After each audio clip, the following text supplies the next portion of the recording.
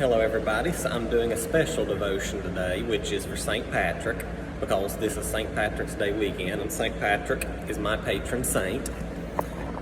And I just want to talk, especially for the history buffs and everybody, there is not a lot of information that is 100% known about the life of St. Patrick. In a nutshell, St. Patrick's parents were Italians. They were highly important Roman people who were living in Roman Britain. And a group of Irish slave raiders raided Roman Britain and captured Patrick and took him back to Ireland. He lived as a slave there for several years. He eventually escaped slavery and made his way back to Britain. And while he was in Britain, he had a dream about the Irish people, that the people needed a savior. So Patrick packed up and he went back to the country that previously enslaved him, and he preached the gospel. He brought the church over to Ireland, and what he experienced was a great revival.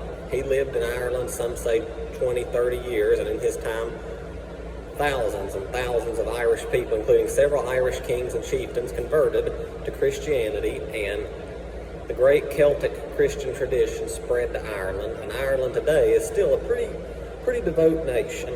I tell you, Patrick had a lot of great work to him. Patrick, his labor was a labor of love, and he lived by his famous breastplate, which was a long prayer, and I encourage anybody to look it up, St. Patrick's breastplate. Basically, in a nutshell, it's Christ before me, Christ beside me, Christ around me, Christ with me always. St. Patrick lived his life believing Christ was always with him, Christ was guiding his footsteps, and Christ's love was within him.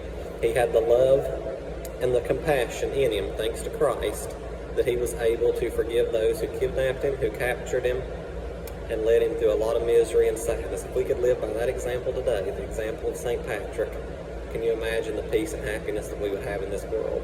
Christianity wouldn't have the negative reputation it has, but it would rather have more of a love. And that's the love we should strive for.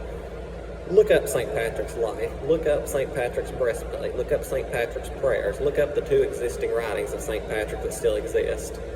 You'll learn that there's a lot more to St. Patrick's holiday and what people recognize than simply getting drunk, plastered, pinching people and all that, which those are always fun. And St. Patrick definitely loved beer. He was one of the first saints who had a great love of beer, so there's nothing wrong with having a beer, raising a pint, honoring St. Patrick at all. There's nothing wrong with wearing green or blue, because some traditional Irish still wear blue, others still wear green, and honoring the great nation of Ireland, because me and my wife are both of Irish stock. So let's honor the nation of Ireland, let's honor the Celtic people, let's honor tradition, let's honor St. Patrick, and most of all, honor the legacy St. Patrick left. I'm proud that he's my patron saint. Happy St. Patrick's Day to everybody. Have a great and happy weekend. Love y'all.